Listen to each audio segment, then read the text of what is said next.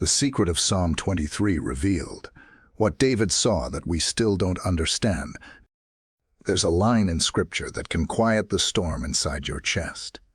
A whisper that cuts through all the noise of fear, failure, and striving. It's been recited in hospital rooms, whispered on battlefields, and sung in the darkness of prison cells. Psalm 23. For some, it's just poetry. For others, it's a lifeline. But hidden within those ancient words lies a mystery, one that most people read right past. It's not about religion, not about memorizing verses, not even about comfort alone. It's about revelation. Because when David wrote, "The Lord is my shepherd," he wasn't writing theology. He was writing a testimony, the cry of a man who had walked through valleys so dark that only the presence of God could light the way. And in those few verses, he revealed the deepest secret of spiritual life, how to live unshaken, even when everything around you falls apart. This isn't a passage meant for quiet Sundays or carved plaques. It's a battle song. It's a map for the weary soul, for those who have been broken, betrayed, and bruised by life, for those who have prayed through tears, wondering if God still hears. Psalm 23 isn't just a psalm, it's an encounter. It's the sound of a heart that found peace, not because the storm ended, but because the shepherd never left. There's a secret in these lines, one so powerful it can change the way you walk, the way you trust, the way you breathe. And it's been waiting quietly for you to see it, not in the words alone, but in the presence behind them. When you understand what David saw, what he lived through, you'll realize Psalm 23 isn't just about God guiding sheep, it's about God guiding you, through loss, through fear, through nights that feel endless. It's about learning that even when you don't understand his path, you can still trust his heart, and once that truth takes root in you, everything changes. Peace stops being something you chase, it becomes the ground you stand on. Joy stops being temporary, it becomes your strength. Faith stops being fragile, it becomes your anchor. The secret of Psalm 23 isn't locked in theology, it's alive in experience, and once you see it, you'll never see your life the same way again. So take a deep breath, let your guard down, and listen closely, because the shepherd is still speaking, and he's calling your name. 1. The hidden depth of the Lord is my shepherd. The Lord is my shepherd. 6 simple words. Words we've heard 1,000 times, at funerals, in Sunday school, on framed wall art gathering dust. But have you ever felt the weight of them? Have you ever stopped to realize what David was declaring when he said those words? He wasn't saying, "The Lord is a shepherd." He said, "The Lord is my shepherd." That one word, my, changes everything. It's not distant, it's not poetic, it's personal.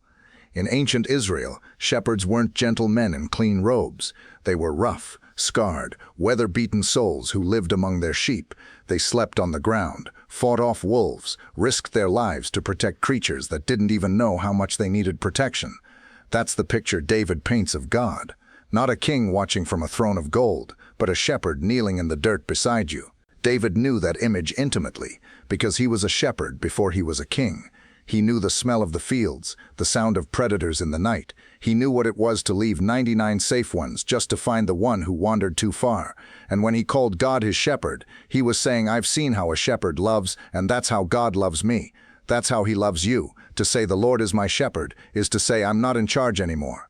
It's to surrender the illusion of control, to admit that I don't have to know the way because he does. It's to believe that even when I wander, he will come for me. Not because I deserve it, but because his heart won't rest until I'm found. That's the secret most people miss. Psalm 23 begins not with confidence in self, but with surrender to God. It's not a statement of strength, it's a confession of dependence, and that's where the power lies. Because we spend so much of life trying to lead ourselves, chasing money, success, validation, relationships, hoping something will finally quiet the ache inside. But no matter how far we go, how much we gain, we always end up lost without the shepherd's voice. When David said, "The Lord is my shepherd," he was declaring something radical. My safety isn't in my position. My peace isn't in my circumstances. My worth isn't in what I've done. My life belongs to the one who leads me. The shepherd doesn't just guide, he guards. He doesn't just provide, he pursues. He doesn't just call you by name, he knows your wounds, your fears, your history, and he still chooses you. There's no distance he won't cross to bring you home, no valley too dark, no sin too deep, no mistake too final. He'll leave everything else behind to find you, lift you, and carry you back to safety. That's the kind of love David was talking about. That's the kind of shepherd you belong to. And until you see God that way, not as a faraway deity, but as the one who walks beside you through every storm, Psalm 23 will remain just words on a page. But once it becomes personal, once your heart whispers, "He's my shepherd," everything begins to change. Fear loses its grip, loneliness fades into belonging, and even in the valley, you start to feel something unexplainable, a peace that says, "I'm not alone anymore." That's the hidden depth of the first line. The secret that unlocks the rest, the moment you truly believe the Lord is your shepherd, is the moment you realize you've never been without him. 2. I shall not want, the mystery of divine sufficiency. I shall not want, just 4 words, but they carry the weight of heaven in them. Most people read that line and think it means I'll have everything I want. But David wasn't talking about luxury, he was talking about peace. A kind of peace that doesn't depend on what's in your bank account, your fridge, or your future. It's the peace that comes when your heart finally realizes God is enough. When David wrote those words, he wasn't living in a palace. He was hiding in caves, running for his life, sleeping under the stars with nothing but faith to cover him. And yet from that wilderness he said, "I shall not want." It wasn't denial, it was revelation.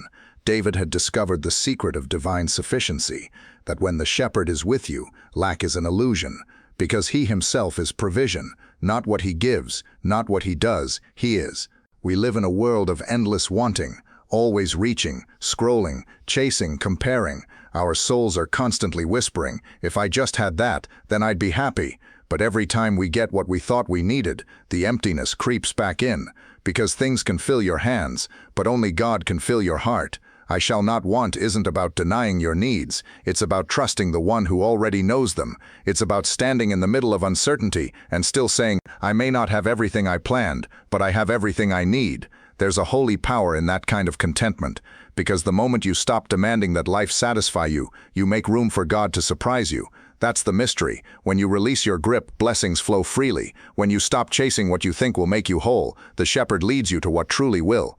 David's words aren't naive optimism. They're a declaration of trust, forged in pain, tested in darkness. He'd seen hunger, he'd known betrayal, he'd tasted fear, but he'd also seen manna fall in the wilderness, water flow from rocks, and mercy chase him down when he least deserved it. He'd learned that God doesn't always give what we want, but he always gives what will bring us closer to him. I shall not want means I trust you, even when I don't understand you. It means I believe you're enough, even when I feel empty. It means my soul rests because you are my portion, and when that truth takes root in you, your relationship with life itself changes. You stop measuring your worth by possessions. You stop comparing your journey with others. You stop grasping for control that was never yours to begin with. You start breathing easier. You start seeing beauty again, in small things, in quiet mornings, in the way God shows up when no one else does. You start recognizing that the shepherd's provision isn't always physical. Sometimes it's peace that surpasses understanding. Sometimes it's strength to endure. Sometimes it's simply knowing you're not forgotten. And when that realization dawns, something in your soul settles. You no longer live from a place of craving. You live from a place of confidence. You no longer cry out, "Lord, give me more." You begin to whisper, "Lord, you are more than enough." That's divine sufficiency. That's the mystery most people miss. It's not about the abundance of possessions, it's about the abundance of presence, because when you truly know the shepherd, you'll discover the miracle David knew in the wilderness. Even when you have nothing, you lack nothing. 3. Green pastures and still waters. God's invitation to rest. He makes me lie down in green pastures. He leads me beside still waters. There's something sacred in those words, a gentleness the world has forgotten. We live in a culture that glorifies movement, always doing, always proving, always running towards something we can't quite name. But here in this verse, God interrupts the rush. He doesn't ask David to rest. He makes him lie down. Because sometimes love looks like stillness. Sometimes mercy looks like a pause. David knew what it meant to run until his soul burned out. He knew sleepless nights, endless battles, the weight of leadership, the sting of regret. Yet he also knew that no matter how strong or capable he became, he was still a sheep, one who needed to stop and breathe in the presence of the shepherd. Green pastures, still waters. These aren't just poetic images. They're invitations. Invitations to step away from the noise, to let God restore what striving has stolen, to remember that rest isn't weakness, it's worship. We often think rest is earned, that once we've done enough, achieved enough, fixed enough, then we'll deserve it. But God says, lie down now, before you finish the work, before everything makes sense, before the battle is over. Because real rest doesn't come from an empty to-do list. It comes from a full heart, a heart that trusts that God is still working even when you are not. Still waters, not rushing rapids, not turbulent chaos, still calm, reflective, gentle. That's the kind of peace the shepherd leads you toward. Not the fleeting peace the world offers through distraction or denial, but a peace that seeps deep into your bones and quiets the storms within. When God leads you beside still waters, He's not just giving you peace, He's teaching you to recognize His voice in the calm. He's training your soul to find Him, not in the noise of activity, but in the silence of surrender. You see, the shepherd doesn't shout over chaos, he whispers in stillness.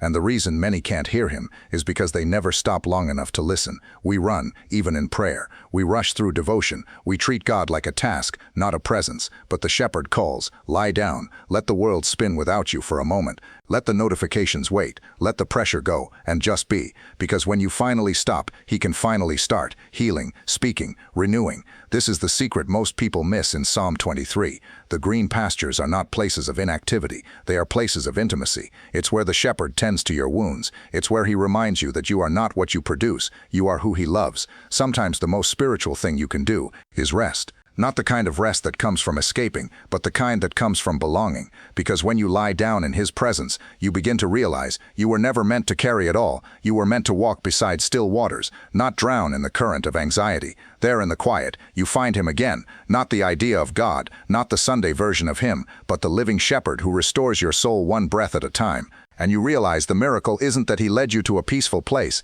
The miracle is that the peaceful place was always Him. 4. He restores my soul, the healing power of the shepherd. He restores my soul. Few words in Scripture carry such deep tenderness. They sound simple, almost too gentle to hold such power, yet within them is the heartbeat of God's mercy. Because there are seasons when your soul doesn't need advice. It needs restoration, when the weariness runs deeper than your body, when your heart is bruised from battles no one else can see, when you've prayed but the silence still lingers, and you begin to wonder if something inside you has quietly broken. David knew that feeling. He wasn't a man who lived an easy story. He carried guilt, loss, betrayal, the kind that scars the soul. He'd failed, fallen, wept bitterly, and still, somehow, he knew this truth. The same God who anoints kings also mends the broken. He restores my soul. It's not just a line, it's a promise. The word restore in Hebrew carries the sense of returning to the original place. It means God doesn't just patch you up. He brings you back to who you were meant to be before the pain, before the sin, before the world told you who you weren't. He restores the joy you lost when life grew heavy. He restores the innocence you thought was gone forever. He restores the fire that disappointment tried to extinguish. Sometimes that restoration comes softly, a moment of peace that slips in through the cracks of your chaos. Other times it comes through tears, when He lets everything fall apart just enough for you to realize He's still holding you together. This is the healing power of the shepherd. He doesn't heal from a distance. He enters the mess, sits beside you in the ashes, holds you through the shaking, and whispers life back into places you thought were beyond repair. There's a part of you only He can reach. No sermon, no song, no success can touch it. It's the part that still bleeds from old wounds, words spoken years ago, moments that changed you, mistakes that haunt you in the quiet. And that's the place He goes. He restores not by erasing your past, but by redeeming it. He takes what was shattered and turns it into strength. He takes the story that once brought you shame and transforms it into testimony. He turns pain into compassion, sorrow into wisdom, scars into songs. When the shepherd restores your soul, He doesn't make you who you were. He makes you who you were always meant to be. Maybe you've felt far from God lately. Maybe you've been running on empty, doing all the right things, saying all the right words, but deep down you know something in you has grown cold. Hear this: God is not disappointed in you. He's not standing at a distance, arms crossed, waiting for you to fix yourself. He's walking toward you, ready to breathe life back into the places that have gone silent. That's what David experienced. After sin, after failure, after years of wandering, he found a shepherd who didn't just forgive, he restored. And that same shepherd hasn't changed. He still finds the weary, still lifts the fallen, still restores the brokenhearted. You don't have to earn this restoration. You just have to stop running long enough to let him do it. So let him. Let him touch the part of you you've been hiding. Let him heal the part of you you've stopped believing can be whole again. Let him restore your soul until you feel the breath of heaven move through you once more. Because the shepherd's goal was never just to lead you safely, it was to make you alive again. And when he restores your soul, you don't just survive the valley, you rise from it, renewed, redeemed, and more radiant than before. 5. He leads me in paths of righteousness. Walking in divine purpose, he leads me in paths of righteousness for his name's sake. It's easy to walk when the path is clear, when you can see the destination, when the steps make sense. But what about when they don't? What about when the path twists through disappointment, detours, and delays? When it feels like God's leading you in circles, not forward? That's when this verse becomes more than a verse. It becomes an anchor. He leads me. Not he pushes me, not he leaves me to figure it out. He leads, step by step, moment by moment, in love and with purpose. We often think righteousness means perfection, a flawless record, a spotless life. But David knew better. He had failed, he had sinned, he had walked roads paved with regret, and yet he said, "He leads me in paths of righteousness." Because righteousness isn't about being sinless, it's about being led. It's not about getting everything right, it's about letting the shepherd guide you back when you stray. God doesn't expect perfection. He wants direction, a heart that's turned toward him, even when your steps falter. Every path he leads you on, even the ones that confuse you, even the ones that hurt, is part of a greater design. He leads you not just for your good, but for his name's sake. That means his reputation is on the line. He won't abandon you halfway through the journey. He's too faithful to let his story in you end in failure. The shepherd's path doesn't always look righteous. Sometimes it looks like loss. Sometimes it looks like waiting. Sometimes it looks like walking away from something you thought you needed. But every turn, every valley, every wilderness, it's leading somewhere sacred. There's purpose in your path, even when you can't see it. The detours are divine. The delays are protection. The unanswered prayers are preparation. God's righteousness isn't just a moral code, it's the alignment of your life with his heart, and when he leads you in those paths, he's shaping you to reflect his nature, grace, humility, courage, love. The shepherd doesn't just want to get you somewhere, he wants to form something in you on the way there. Think of a river cutting through stone, slow, steady, unstoppable. That's how God shapes your soul as you walk with him, not through ease, but through endurance. Not through clarity, but through trust. Sometimes his leading won't make sense until years later. You'll look back and realize the doors that closed were never rejection, they were redirection. The relationships that ended weren't punishment, they were pruning. The silence wasn't absence, it was instruction. He was leading you all along. To walk in the paths of righteousness is to walk in surrender.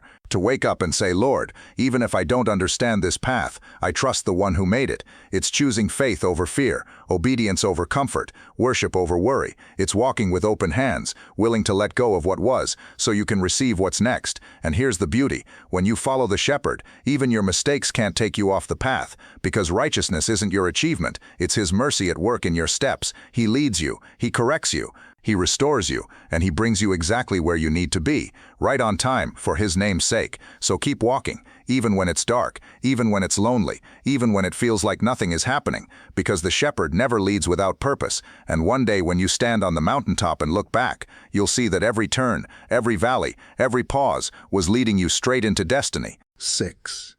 Though I walk through the valley, courage in the dark. Though I walk through the valley of the shadow of death, I will fear no evil, for you are with me. This is the heartbeat of Psalm 23, the turning point where trust becomes real. Because it's one thing to follow the shepherd through green pastures. It's another to follow him into the valley. Notice what David says, "Though I walk through," not run through, not collapse in, not turn back from. He walks, steady, intentional, unafraid. Because he knows something most of us forget. The valley is not the destination, it's the passage. You're not meant to stay there, you're meant to go through. The valley has shadows, yes, but shadows can only exist where there is light. Even in darkness, the presence of the shepherd casts a glow that fear can't extinguish. David doesn't pretend the valley isn't real. He acknowledges the danger, the fear, the loneliness, but he refuses to give them power, because he's learned that courage isn't the absence of fear, it's the presence of God. When you're in the valley, Everything feels closer. The walls, the echo of doubt, the whispers of the enemy telling you you'll never make it out. But that's also where the shepherd feels closer. His presence is most tangible in the places you least expect it. You may not see him at first. You may not hear him clearly. But if you listen with your spirit, you'll feel the gentle pull, the reminder that you're not alone in the dark. There's something sacred about the valley. It strips away every illusion of control. It forces you to see what really matters. It's where faith stops being theory and becomes breath. The valley teaches you dependence. It teaches you endurance. It teaches you the kind of strength that can only grow in shadowed places. Because some lessons can't be learned in sunlight. Some hearts can only be healed where everything else is stripped away. And maybe that's why God allows valleys not to punish you, but to prepare you. Not to destroy your faith, but to deepen it. Not to make you question his goodness, but to make you see it, even when the light is dim. I will fear no evil. That's not arrogance. That's assurance. It's David saying, I'm not fearless because I'm strong. I'm fearless because I'm not alone. You see, the shepherd doesn't stand at the end of the valley calling you to hurry up. He walks beside you one step at a time. He carries you when your legs give out. He guards you when the shadows move. He whispers peace when the silence feels unbearable. And when you've made it through, when the first rays of light break through the peaks, you realize something: you didn't just survive the valley, you changed in it. The fear that once ruled you doesn't anymore. The faith that once wavered now stands firm. The person who entered that darkness isn't the same one who comes out, because the valley is where the shepherd turns believers into warriors. It's where trust becomes truth, and your pain becomes proof that he was there all along. So if you find yourself in a valley right now, don't rush it, don't curse it, don't give up in it. Lift your eyes. Even here, especially here, the shepherd is near, and though the shadows are long, they are not forever. You will walk through. You will see light again, and when you do, you'll know the same God who guided you in the daylight walked with you in the dark. 7. Your rod and your staff comfort me. The love that corrects. Your rod and your staff, they comfort me. At first that sounds strange, doesn't it? Comfort from a rod, from correction. In a world that runs from discipline and craves only comfort, David says the very opposite. That true comfort comes from being corrected, guided, and guarded by love. The rod and the staff were the tools of every shepherd. The rod, firm, solid, was used to defend the sheep from predators, to drive away the wolves that lurked in the shadows. The staff, long and curved, was used to gently pull the sheep back when they wandered too close to danger, to lift them out of the thorns they couldn't escape on their own. 2 tools, one for protection, one for correction, both born from love, and that's how God shepherds us. Not with anger, not with cruelty, but with a fierce tenderness that refuses to let us be destroyed by our own wandering.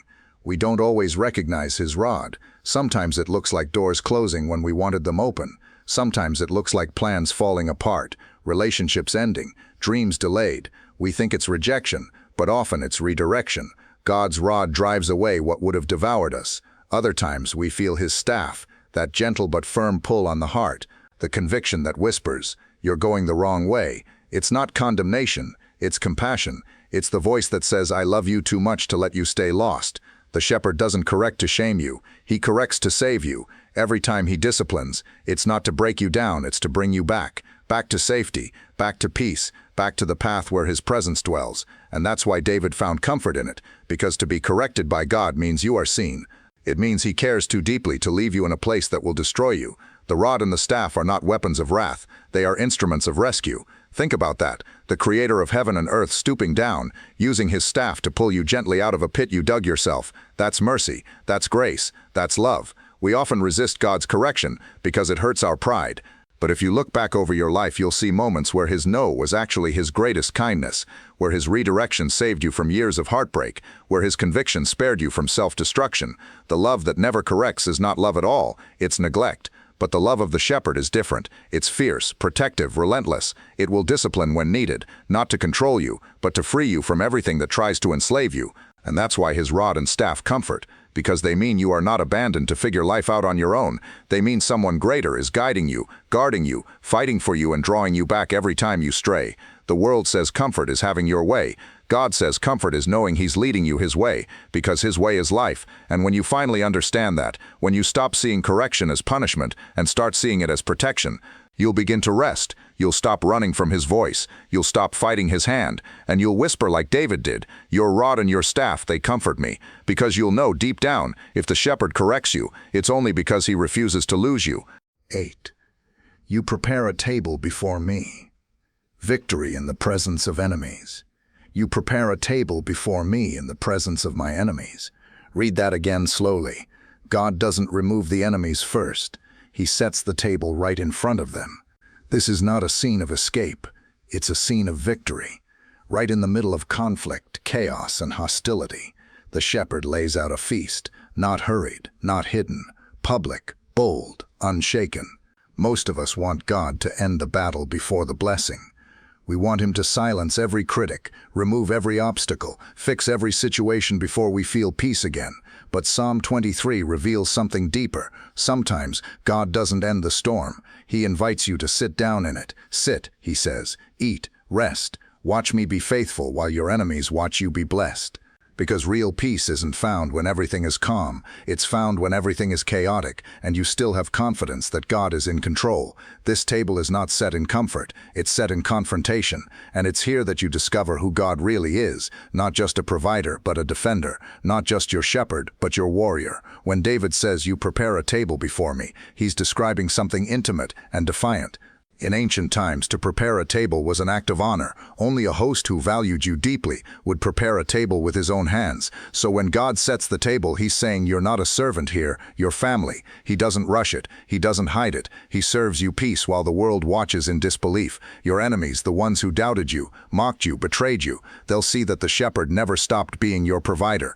They'll see the grace that covered you, the favor that followed you, the strength that came from places they couldn't touch. Because when God blesses you, He doesn't need to wait until the opposition disappears. He blesses you in their presence, so that even they will know you didn't get here by chance, you got here by covenant. And maybe your enemies aren't people, maybe they're the voices inside you, fear, shame, regret, anxiety, whispering that you'll never be enough. God sets the table before them too. He serves joy where sorrow once reigned. He pours peace where panic used to live. He reminds every shadow that it has no authority over your place at His table. The shepherd doesn't just feed you, He honors you. He dignifies you in the face of everything that tried to destroy you. That's the beauty of this verse. The table isn't proof that the valley is over. It's proof that God's presence has never left. It's the place where you stop striving and start savoring His goodness, even with eyes on you and storms around you. And the more you sit there, the more you realize the battle was never really yours. The shepherd has been fighting for you all along. So sit, rest, let Him serve you peace while your enemies watch. Let Him pour joy into your cup while fear stands powerless nearby. Let Him show you that the victory isn't someday, it's now. Because the moment you take your seat at that table, you declare to every power that tried to break you, I am not afraid, I am not forgotten, I am feasting in the presence of my shepherd, and no enemy can touch what God has prepared for me. You anoint my head with oil, the overflowing life. You anoint my head with oil, my cup overflows.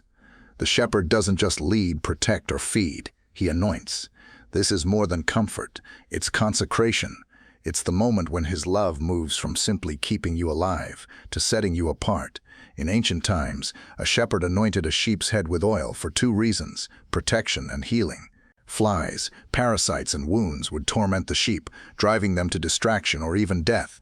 But the oil, the fragrant, soothing oil, created a shield. It kept the irritants away. It healed what was broken. It restored peace to what had been restless. And when David said, "You anoint my head with oil," he wasn't talking about ceremony. He was talking about intimacy. He was saying, you care for me so personally that you notice even what no one else can see. You touch the places that ache. You pour your spirit over the thoughts that torment me. You protect my mind from the lies that try to take root, because that's what divine anointing does. It covers you in the presence of God so deeply that what used to break you can no longer reach you. The anointing isn't about status, it's about surrender. It's not given to make you proud, but to make you pure. It's not a reward for perfection, it's a response to humility. God anoints the heart that's willing, the one that says, Lord, I can't do this without you, the one that stays soft when life hardens everything else, The shepherd doesn't pour his oil on the proud or the self-sufficient. He pours it on those who've been in the valley, those who've walked through the dark and still chosen to follow. The oil is his way of saying, you made it through. Now let me heal what the journey cost you. And notice, he doesn't just sprinkle, he pours. When God anoints, he doesn't hold back. He lets it run over your head, down your face, through every part of you that's been weary or wounded, because his desire is not just to touch you, it's to saturate you. This is the life of overflow, not a life without pain, but a life filled with presence, not a life free from struggle, but a life that shines even in it. The anointing isn't a one-time event, it's a continual flow, his spirit moving, comforting, empowering, renewing. It's God breathing through you so that others can breathe again too. You were never meant to live on empty. You were meant to live from overflow, to wake up drenched in grace, to walk in peace that can't be shaken, to love with a heart that never runs dry. And when you do, when you live anointed, people notice. They see it in your patience. They feel it in your words. They sense it in your peace, because the fragrance of the oil, the presence of God, changes everything it touches.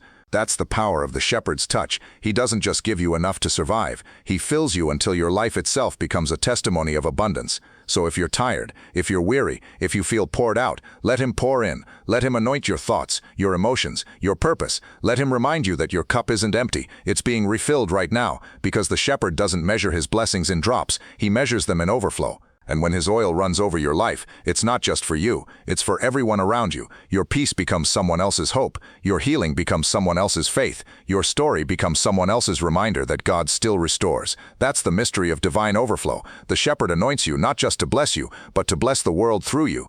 10. My cup overflows, living from abundance, not scarcity.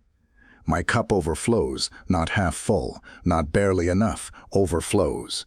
These are the words of someone who has learned the secret of abundance, not the abundance of things, but of spirit. Because when the shepherd is your source, lack becomes a lie. David isn't talking about luxury, he's talking about life, a life so filled with God's goodness that gratitude spills over the edges, a heart so aware of his presence that it can't help but pour love into everything it touches. My cup overflows. That means I have more peace than my pain can steal, more hope than my past can hold, more joy than my circumstances can explain. Overflow doesn't come from having everything go right. It comes from knowing, deep down, that even when everything goes wrong, God is still with you. That's the abundance of heaven, a peace that doesn't depend on performance, a joy that doesn't wait for the storm to pass, a strength that doesn't run out when you do. Most people live from scarcity, always afraid there won't be enough, not enough time, not enough money, not enough love, not enough grace, so they hoard, hurry, and grasp. But the shepherd teaches you another rhythm, to live with open hands, to trust that the one who fills your cup today can fill it again tomorrow. Because the truth is, your cup isn't overflowing because of what's in it. It's overflowing because of who is pouring. God doesn't give you barely enough to get by. He gives you more than enough to give away. The overflow isn't just for you. It's for the people around you. It's for the weary hearts that will drink from your kindness. It's for the broken souls that will find hope in your story. You were never meant to be a reservoir. You were meant to be a river. The shepherd pours into you so his goodness can flow through you. That's why the more you give, the more he fills. The more you forgive, the freer you become. The more you pour out love, the more love seems to rise within you. That's what it means to live from overflow. It's not about possessions, it's about perspective. It's not about collecting blessings, it's about becoming one. And maybe right now, your cup doesn't feel full. Maybe it feels cracked, empty, or forgotten. But listen closely, even an empty cup in the hands of the shepherd can overflow again. He doesn't need perfect vessels, he needs surrendered ones. He pours his presence into the places you thought were dry. He fills your emptiness with purpose. He turns your exhaustion into endurance. Until one day you look back and realize, the very season that broke you also positioned you for overflow. This is the beauty of God's economy. He takes what was poured out and multiplies it. He turns loss into legacy. He makes wilderness bloom with wonder. So stop chasing the next thing, the next fix, the next enough. You already have it. The shepherd himself is your portion, and in him your cup will never run dry. Let gratitude rise in you like a flood. Let worship spill out of your heart like sunlight breaking through the clouds. Let every breath remind you you are living in overflow. Because when you walk with the shepherd, you don't live from what you see, you live from what he is, and he is abundance without end. 1. Surely goodness and mercy shall follow me. The divine pursuit. Surely goodness and mercy shall follow me all the days of my life. There's a quiet power in that word, surely. Not maybe, not hopefully, not if I'm good enough. Surely. It's the confidence of a soul that knows the shepherd, not just believes in him, knows his character, knows his consistency, knows that even when life is uncertain, his goodness never wavers. David doesn't say goodness and mercy will find him someday. He says they will follow him, every day, everywhere. That's divine pursuit. While you're chasing success, God's chasing your heart. While you're running from shame, mercy is running faster. While you're trying to earn love, goodness is already wrapping itself around your life. You see, God doesn't just lead from the front, He follows from behind. He covers every step you take, past, present, and future, with relentless love, goodness to provide, mercy to forgive, one on each side, walking with you through every season. That's the secret most people miss. You are being pursued, every single day, by a God who refuses to let you slip through His fingers. Even when you wander, goodness and mercy keep pace. Even when you stumble, they stoop down and lift you up. Even when you lose your way entirely, they trace your steps and bring you home. You don't have to chase blessings.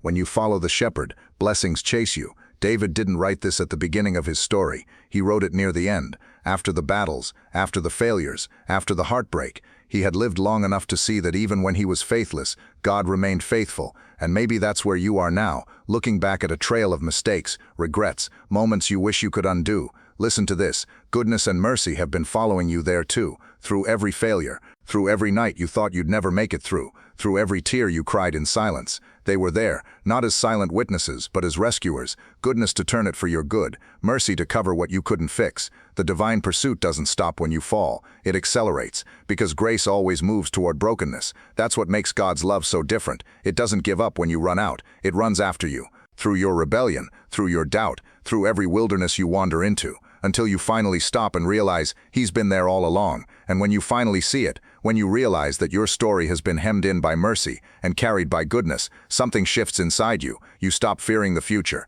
You stop trying to earn what's already been given. You begin to live from assurance, not anxiety. Because you know, no matter where you go, the shepherd's love will find you there. On your best days, His goodness celebrates you. On your worst days, His mercy restores you. And together they follow you, not to haunt you, but to hold you. All the days of your life, not just the good ones, not just the holy ones, all of them. This is the relentless love of God, the divine pursuit that never pauses, never weakens, never ends. Surely goodness and mercy shall follow me, even when I don't deserve them, even when I don't see them, even when I don't feel them. And when you finally realize that, when it finally sinks in that you've never walked a single step without being followed by grace, you stop running from Him and start walking with Him. Because the shepherd who leads you from the front is the same one who guards your back, and His love, His goodness, His mercy, they will not stop pursuing you until they've brought you safely home. 12. I will dwell in the house of the Lord forever. Eternal belonging. I will dwell in the house of the Lord forever. The psalm that began in green pastures ends in glory. It starts with the shepherd leading, and it ends with the soul home. David doesn't end with fear. He ends with belonging. Because every step, every pasture, every valley, every table, every tear was leading here, to the presence of God, to home. I will dwell, not visit, not pass through. Dwell. That's permanence. That's rest. That's the language of someone who's no longer striving to find God, but living in the awareness that He's never been apart from Him. This isn't just a promise for heaven someday, it's a reality for now. To dwell in the house of the Lord forever means to live every moment surrounded by His presence, to wake up aware that you're not outside His love, to go through your day knowing His Spirit is closer than breath. You see, the shepherd didn't just rescue you to get you out of trouble. He rescued you to bring you home, home to peace, home to purpose, home to His heart. And that home isn't a building made by hands. It's not found in temples or churches. It's found in Him. Christ Himself has become your dwelling place, the eternal house where your restless soul finally finds rest. David's life was filled with running from Saul, from enemies, even from his own failures. But somewhere along the way, he discovered that home wasn't a place he had to reach. It was a presence that never left him. And when he wrote, I will dwell in the house of the Lord forever, he was saying, I've found what I've been chasing all my life, and it was with me the whole time. We spend so much of our lives searching for belonging, trying to find where we fit, who will stay, who will understand, but there's only one love that will never leave.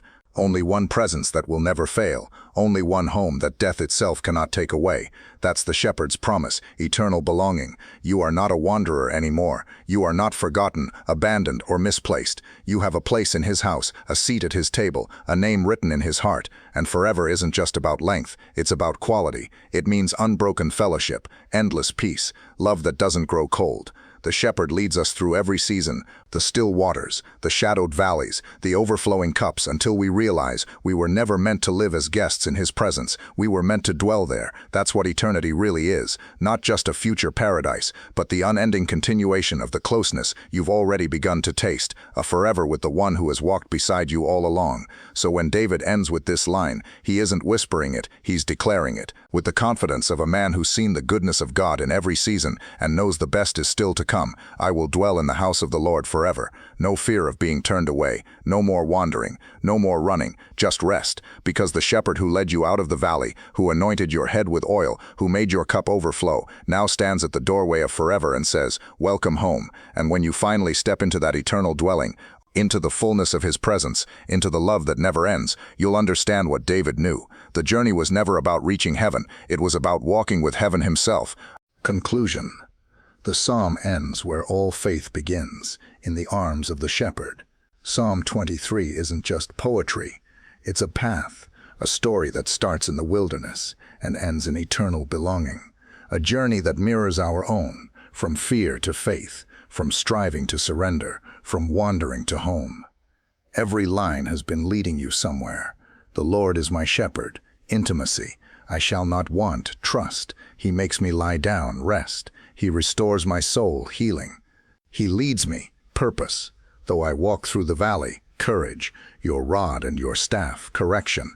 You prepare a table, victory. You anoint my head, calling. My cup overflows, abundance. Surely goodness and mercy, pursuit. I will dwell forever. Do you see it now? This isn't a psalm about sheep. It's a revelation about you, about the way God has been loving, leading, and holding your life together all along. The secret of Psalm 23 isn't hidden in theology or mystery. It's right there, woven through every word. The shepherd himself is the secret. Every need you've ever had, every question you've ever asked, every tear you've ever cried, they all find their answer in him. He is the green pasture when your soul is weary. He is the still water when your mind is racing. He is the light in your valley, the oil on your head, the cup that never runs dry. And when you finally realize that, when you understand that everything you've been searching for has always been found in his presence, peace becomes permanent. Not the kind that comes and goes with circumstances, but the kind that anchors your soul in every storm. This psalm was never meant to be merely recited, it was meant to be lived. Every verse is an invitation to trust again, to rest again, to love again, to believe again. Because no matter where you are right now, whether in a pasture or a valley, whether surrounded by enemies or sitting at a table of grace, the shepherd is still with you, still leading, still restoring, still pursuing, and his desire for you is simple, that you stop running, stop striving, stop fearing, and finally rest in his care. You are not forgotten, you are not too far gone, you are not unseen, the shepherd knows your name.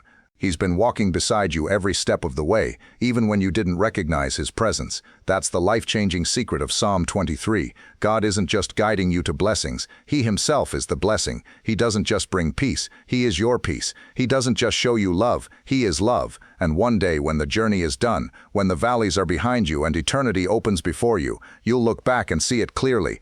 Goodness behind you, mercy beside you, and the shepherd before you, and your soul will whisper the words David once wrote, not as poetry, but as truth. The Lord is my shepherd, and that has always been enough.